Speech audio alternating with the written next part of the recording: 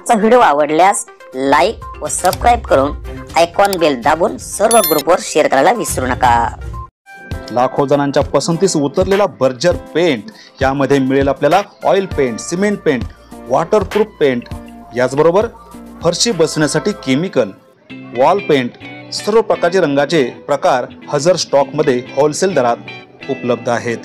Berger कंपनीचे अधिकृत विक्रेते बर्जर पेंट्स, दिल्ली विशीजवळ कोठारी हाइट्स, बाजारतळ, Shrigonda. Proprietor Hingane major. Mobile number 9561852818 70054505069।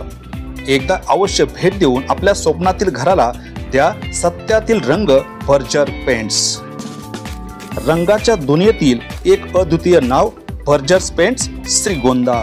Berger company anti dust हा एक नंबर क्वालिटी कलर, सगळ्यात महत्त्वाचं म्हणजे डस्ट पासून संरक्षण आणि एकदम चमकदार अशा प्रकारचा हा कलर आहे आणि टेम्परेचर जवळपास 15% टेम्परेचर यातून कमी होतं।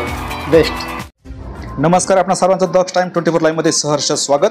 आजच्या विशेष बातमीपत्रामध्ये आपण पाहणार आहोत भारतीय सैन्य दलाच्या कारवाईच्या कौतुकासाठी श्रीगोंद्यामध्ये घोषणासह फटाकेबाजी, कुकडीच्या पाण्यासाठी आंदोलनात उतरणार आमदार विक्रम पाचपुते यांची माहिती। याबाबत सविस्तर वृत्त आपण जाणून घेऊयात।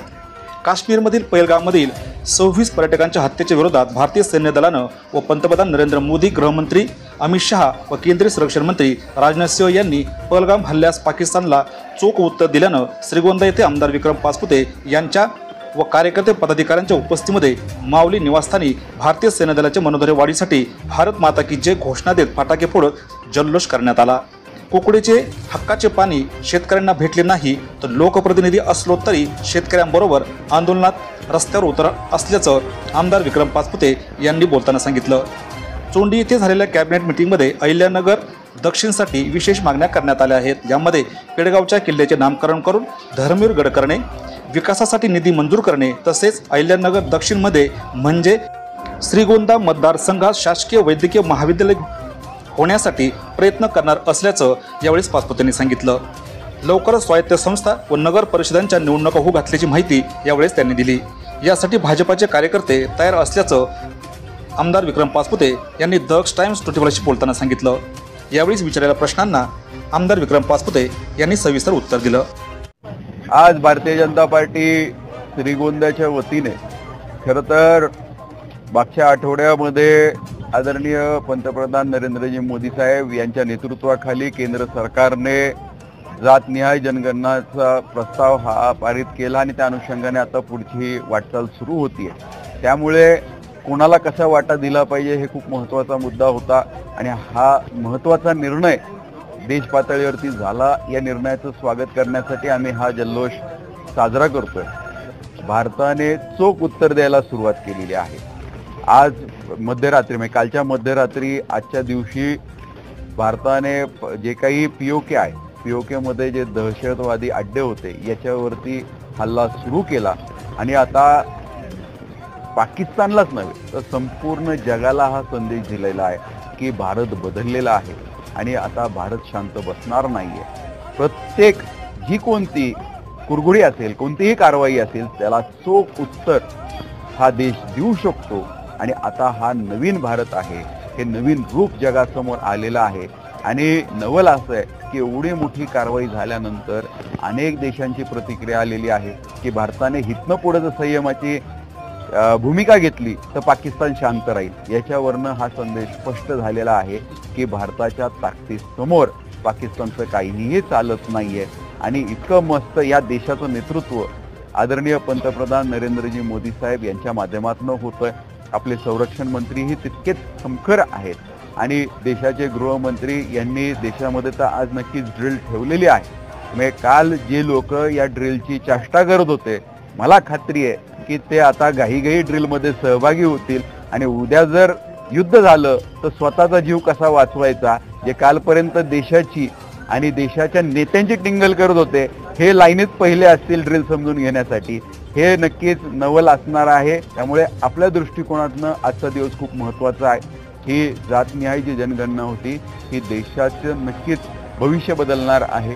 त्याचबरोबर आज जी काही कारवाई आपल्या देशाच्या सैन्याने घेतलेली आहे, नौदलाने सज्ज झालेला आहे, त्याचबरोबर आज तुमच्या काय बनणार. वायुदलाने कारवाई काल रात्री केली आणि जे काही आपलं सैन्य आहे हे सुद्धा बॉर्डरवरती सज्ज आहे. पलीकडनं पहाटे ज्यावेळेस गोळीबार सुरू झाली होती त्यावेळेस वरचे त्यांचे नेते बोलायला लागल्यानंतर तो गोळीबार सुद्धा आज थांबलेला आहे. त्याचं उत्तम प्रत्युत्तर हा आपल्याकडचे सैन्य देतील याची आम्हाला सर्वांना खात्री आहे. आणि आजचा जल्लोष फक्त एकच आहे की आम्ही देशाच्या या सर्व सैन्याला म्हणजे नेत्यांवर तर आमचा विश्वास आहेच, पण आम्हाला सैन्याचंही मनोबल वाढवायचं आहे आणि सैन्यालाही हा संदेश द्यायचा आहे की सर्वसामान्य लोकही आपल्याबरोबर आहे, त्यांचा विश्वासही आपल्याबरोबर आहे आणि सगळ्यात महत्त्वाचं आम्ही तुमच्यासाठी प्रार्थना करणार आहोत आणि आमची प्रार्थना आणि आमच्या सर्व या देशाच्या जनतेचा आशीर्वाद हा आपल्या सर्वांच्या पाठीशी राहणार आहे. महाराष्ट्र निर्मितीनंतर पहिल्यांदा गावखेड्यांमध्ये कॅबिनेट किती आहे काल झाली आहे त्या अनुषंगाने आपण तालुक्यासाठी जे प्रश्न आपण उपस्थित केले होते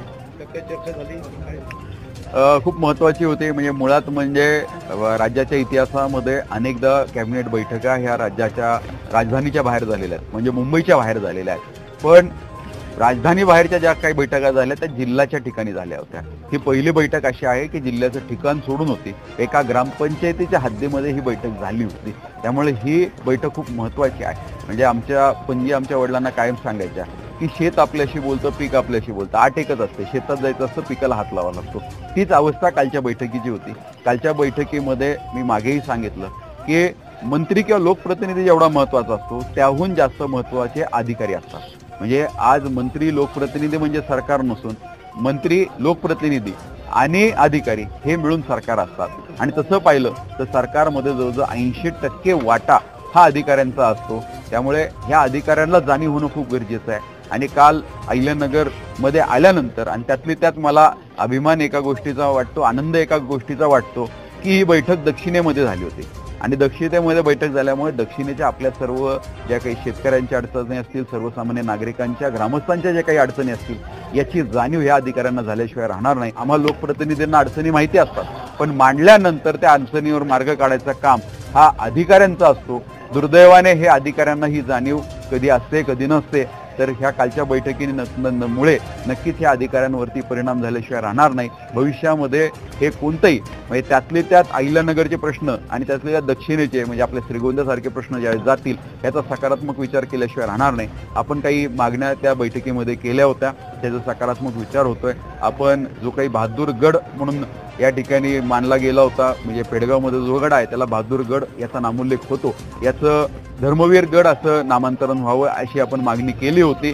आणि योगायोगाने 2019लाच ही मागणी पूर्ण झाली होती, फक्त याची अंमलबजावणी नव्हती. त्यामुळे कलेक्टरांनी प्रत्येक खात्याला आता पत्र काढून ही अंमलबजावणी करण्याचं सांगितलेलं आहे. त्यामुळे ज्या ज्या शासन दरबारी आपल्या धर्मवीर गडाचं नाव हे बहादूरगड असं म्हणलं जातं त्या त्या अधिकाऱ्यांना तात्काळ इमिजिएट इफेक्टनुसार हे नाव बदलून धर्मवीर गड करायला सांगितलेलं आहे. त्यामुळे हाही आपल्या दृष्टिकोनातून महत्त्वाचा प्रश्न होता, तो मार्गी लागलाय. त्याचबरोबर धर्मवीर गडाच्या विकासासाठी जो काही नवीन आराखडा आहे हा पुरातत्व खात्याच्या माध्यमातून आराखड्याचा अभ्यास चालू आहे, आराखड्याची तयारी चालू आहे. येत्या अधिवेशनामध्ये किंवा येत्या पुढच्या जे काही मेन बजेटचं अधिवेशन असेल त्यावेळेस या गडाला नक्कीच निधी मिळेल अशी अपेक्षा आपण व्यक्त केलेली आहे. आमची एक प्रामुख्याने मागणी होती की अहिल्यानगरमध्ये मेडिकल कॉलेज होणं गरजेचं आहे, गव्हर्नमेंट मेडिकल कॉलेज होणं गरजेचं आहे. ते मागणीचं पत्र मी पण दिलं होतं.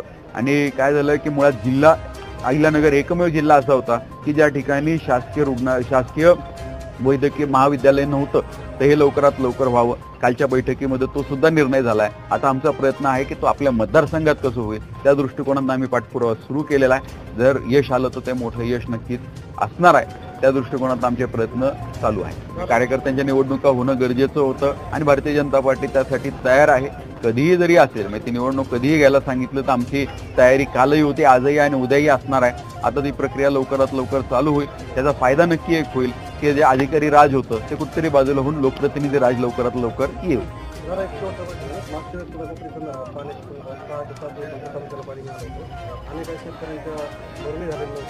यावेळेस देखील 4 ते 4.5 दिवस भेटण्याची अपेक्षा आहे, ते पण 3 येतात. जर नाही मिळालं तर आपल्या भूमिका काय असतात? हे बघा, मी तिथेही बैठकीत हे चर्चा एकदम स्पष्ट झालेलं आहे की शेवटी काय होतं बघा, भाकरी आहे, भाकरीचे तुकडे होणार आहे. आमचं म्हणणं असं आहे की आमचा तुकडा आम्हाला मिळाला पाहिजे.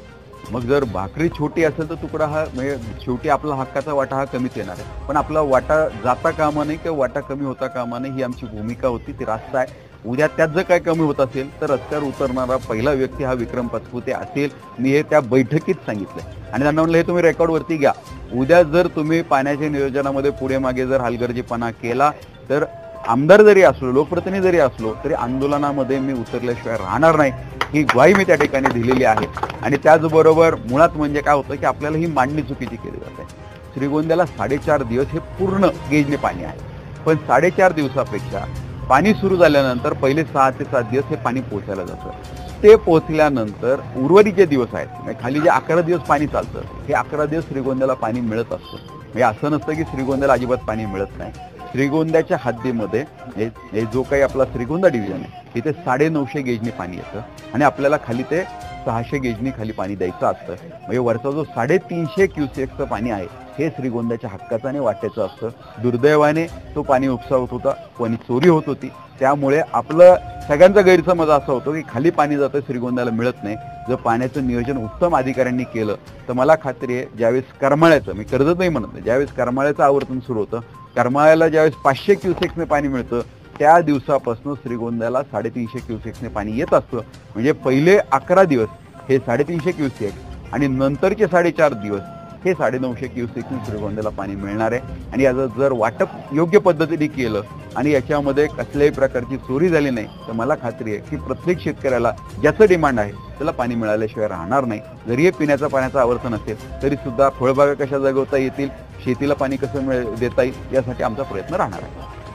पंतप्रधान नरेंद्र मोदी यांनी जातीनिहाय जनगणना करण्याचा धाडसी निर्णय घेतल्यानं या निर्णयाचं यावेळी स्वागत करत फटाके फोडत जल्लोष साजरा करण्यात आला. या कार्यक्रमासाठी कार्यकर्ते व पदाधिकारी मोठ्या संख्येने उपस्थित होते.